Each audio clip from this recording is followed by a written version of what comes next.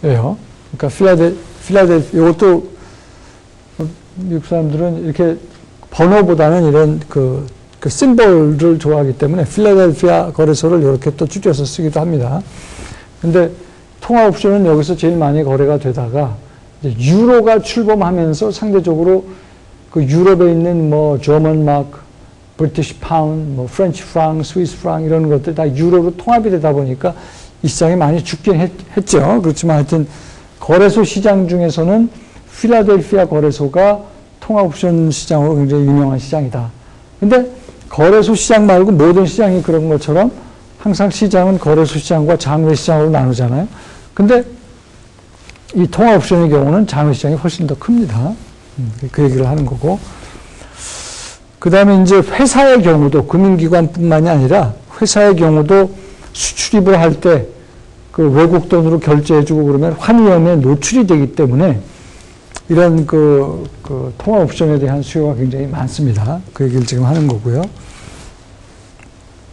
여기서는 지금 그 통화 옵션의 하나의 응용이라고 볼 수가 있는데요. 이 레인지 포워드라는 계약은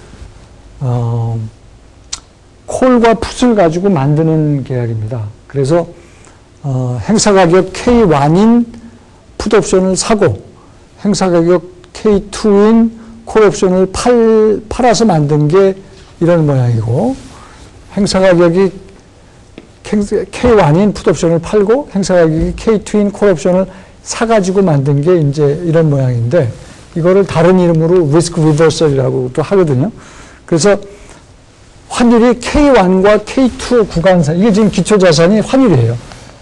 K1과 K2 구간에 있을 때는 현재 가격대로 거래를 하지만 K2 이상으로 환율이 올라갈 때는 K2 가격으로 거래를 하는 거예요.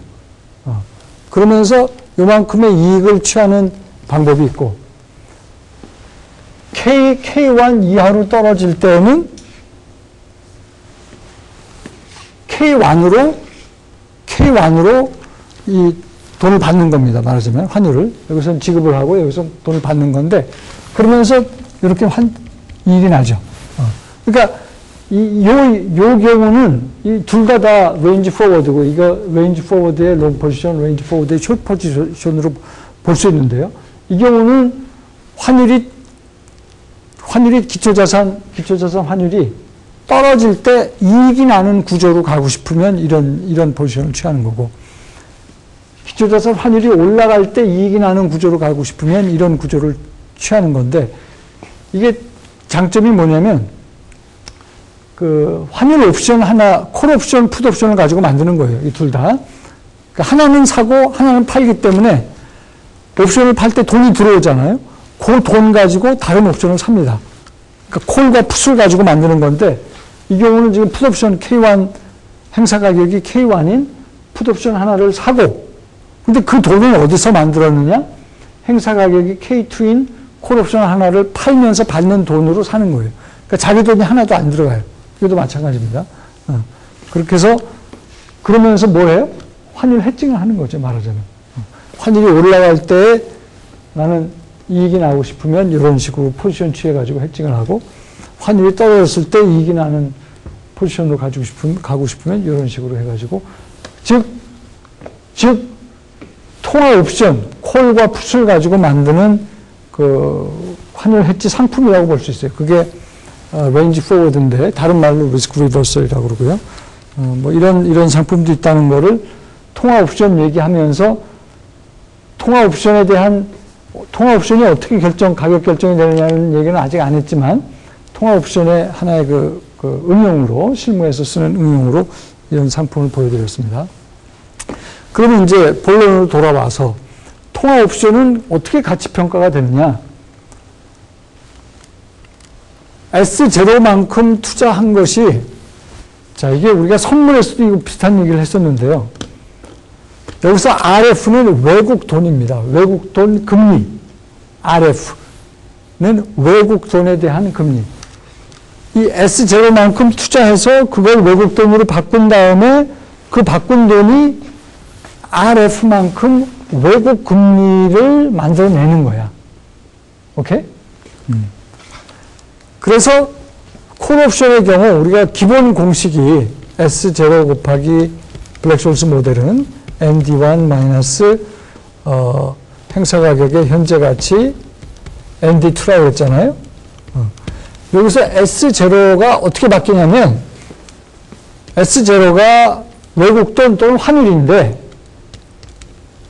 2의 마이너스 RFT만큼 연속 배당률 조정해 주는 것만큼 외국 금리의 말하자면 현재 가치를 조정해 주는 거예요. 여기서 Q에 해당하는 게 RF야. 외국 돈이야. 이것도 제가 선물 설명하면서 이런 얘기 했었죠.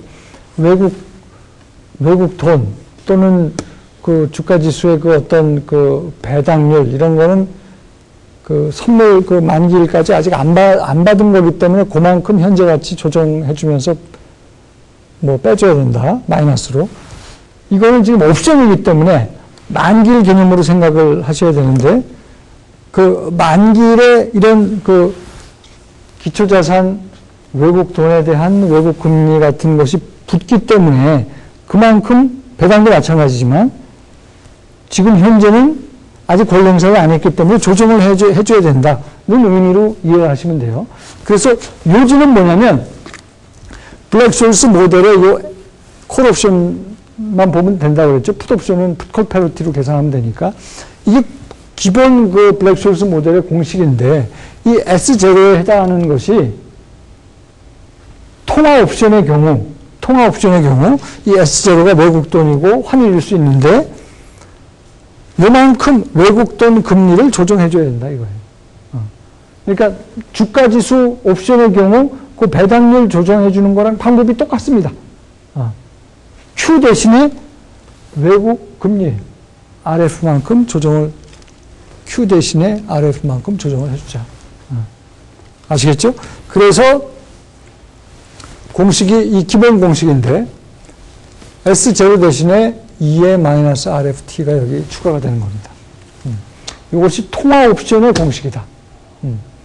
통화 옵션의 공식은 S0 대신에 S0를 외국 돈 또는 환율로 볼 수가 있는데 외국 돈 환율이기 때문에 거기에 붙는 외국 금리, 무이용 금리만큼 조정을 해주자. 이것이 통화 옵션 블랙숄스 모형이다. 알겠죠?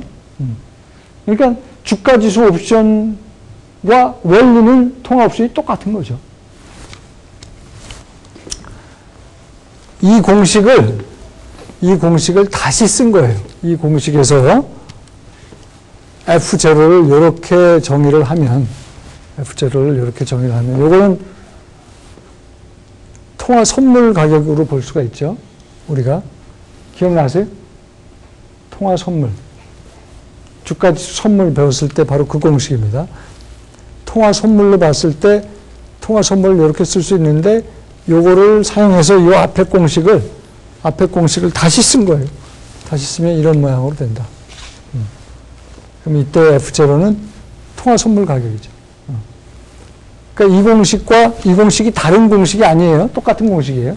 이 공식이 똑같은 공식인데 여기서 요 값을 통화 선물로 표현을 하고서 다시 쓴 공식입니다.